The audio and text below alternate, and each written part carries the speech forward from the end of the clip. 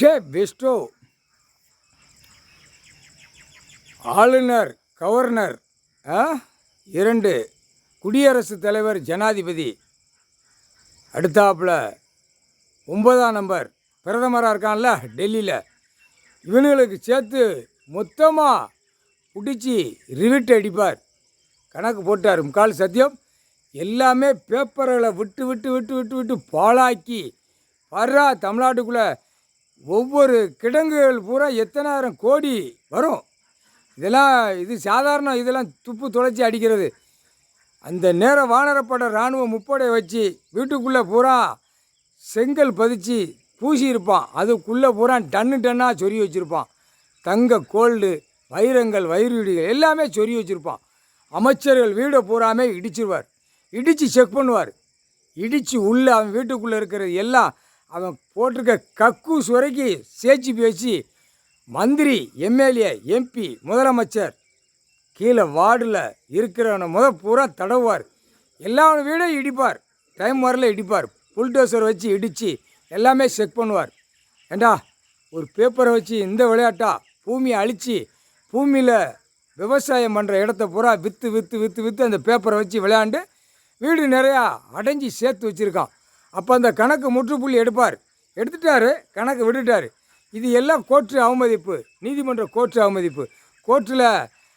Court எப்படி அமைச்சிருக்கான்னா அந்த காலத்தில் முக்காடு தொப்பி தாடி இந்த பேகை பூரா உட்காந்து அவனுடைய மஸ்ஜித்து கட்டியிருக்கானா அது மாதிரியே நீதிமன்ற கோர்ட்டு வச்சுருக்கானா.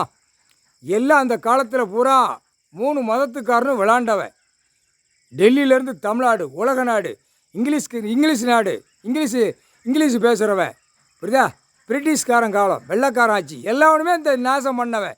7 செமத்துக்கு முன்னாடி கடவுள் எல்லாமே தெரியும் பிடுங்கி நாசம் பண்ணவன். அதான் நீதிபதி ஜட்ஜாக உட்காந்து இப்போ லிங்கமே தூயமாக சுத்தமாக 7ஆம் ஜெமத்தில் என் வாரிசு குழந்தை பிள்ளை என் குடும்பம் குட்டி பிள்ளைகளை பூரா வச்சு உட்காந்து உலகமே நான் நடத்துவேன்டா அப்படின்னு சொன்ன சத்திய வாக்கு.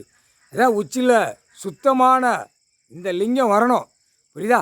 இந்த லிங்கத்தில் 2 பேருக்கு 2 பேருக்கு கொடுத்தார். இல்லே எங்கேயா உட்கார்ந்தால் எனக்கு ஒயிட்டு சுத்தமான லிங்கத்தை தூக்கி வைங்கடா. நீங்கள் சின்ன லிங்கமாவது விஷ்ணு பிரமா வைங்கடா. 7 செம்மத்துக்கு முன்னாடி சத்தியவாக்கு கொடுத்துட்டேன். இந்த 7 செம்மத்துக்கு முன்னாடி சத்தியவாக்கில் நான் லிங்கம் வர்றது நான் சுத்தமாக வரணும். சுத்தமாக ஒயிட்டில் நான் உட்காரணும். இல்லையா நீங்கள் 2 பேரும் முடியலன்னா கடைசி அத்தியாயத்தில் அவர் மனசுக்குள்ளே இருக்கிட்டார். என் புள்ள மகாதான் வைக்கும் அது கூட சொல்லலை. அதுக்கப்புறம் சத்தியவாக்கு கொடுக்கல. என் கொடியில் பிறந்த பிள்ளைகள் என் வயிற்றில் வந்த பிள்ளைகள் சிவனுக்கும் பார்வதிக்கும் பிறந்த பிள்ளைகள் 3 பிள்ளைகளில் ஒரு பிள்ளை லிங்கம் தூக்கி வைப்பா. மேலே உச்சியில் தூக்கி வைப்பா. தூக்கி வச்சோன்னே உலக நாடை அழிப்பேன். உலக நாடு சேட்டை பண்ணுவான். இந்த கொடியை தூக்கி ஏற்கனவே கொடியாக தூக்கி நாசம் பண்ணிக்கிட்டே இருப்பான். கடைசி அத்தியாயத்தில் அரசியல்வாதிங்கிற கணக்கு வரையில் அழித்து வைப்பான் பூமியை.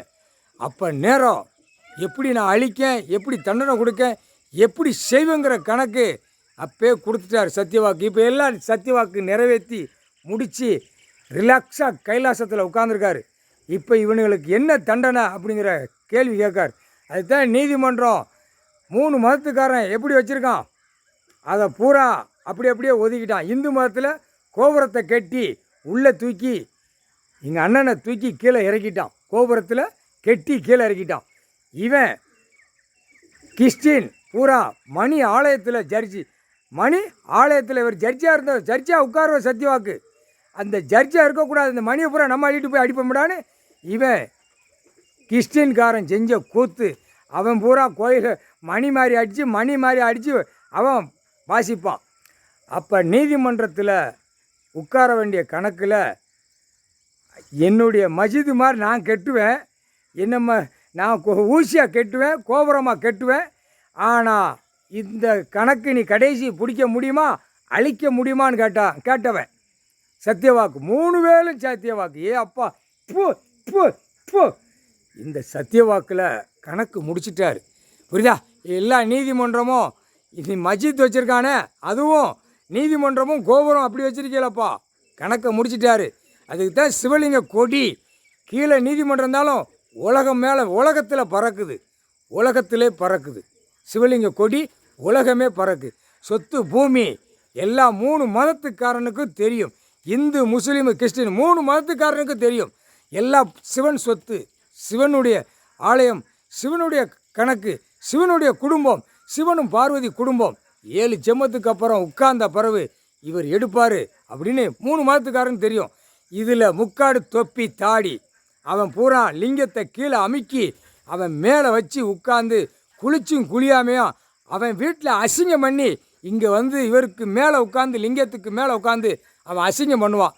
அந்த அசிங்கமெல்லாம் தாங்கி பூரா கழுவி இப்போத்த 7 ஜென்மத்துக்கு அப்புறம் பூமியில் வந்து பிள்ளைகளை வாரிசோடு உட்காந்துருக்கார். புரிஞ்சுக்கோங்கடா. இல்லை முக்காடு தொப்பி அவன் மஸ்ஜிது கோட்டைக்குள்ளே போவேல செக் பண்ணுவான்டா. இதில் செக் பண்ணுவான். அதுதான் 2 குண்டை கசக்கி விடுவோம்னு சொல்லுதோமா. இப்போ புரியுதா? அந்த சின்னத்தை அறுத்துருப்பான்.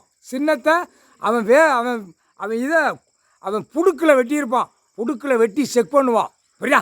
இந்து மதத்தில் வந்தால் சிவலிங்கத்துக்கு தண்ணி ஊற்றியாச்சுன்னா அவன் கணக்கு முடிஞ்சுவோம்னு எப்பே முடிச்சிட்டாரா.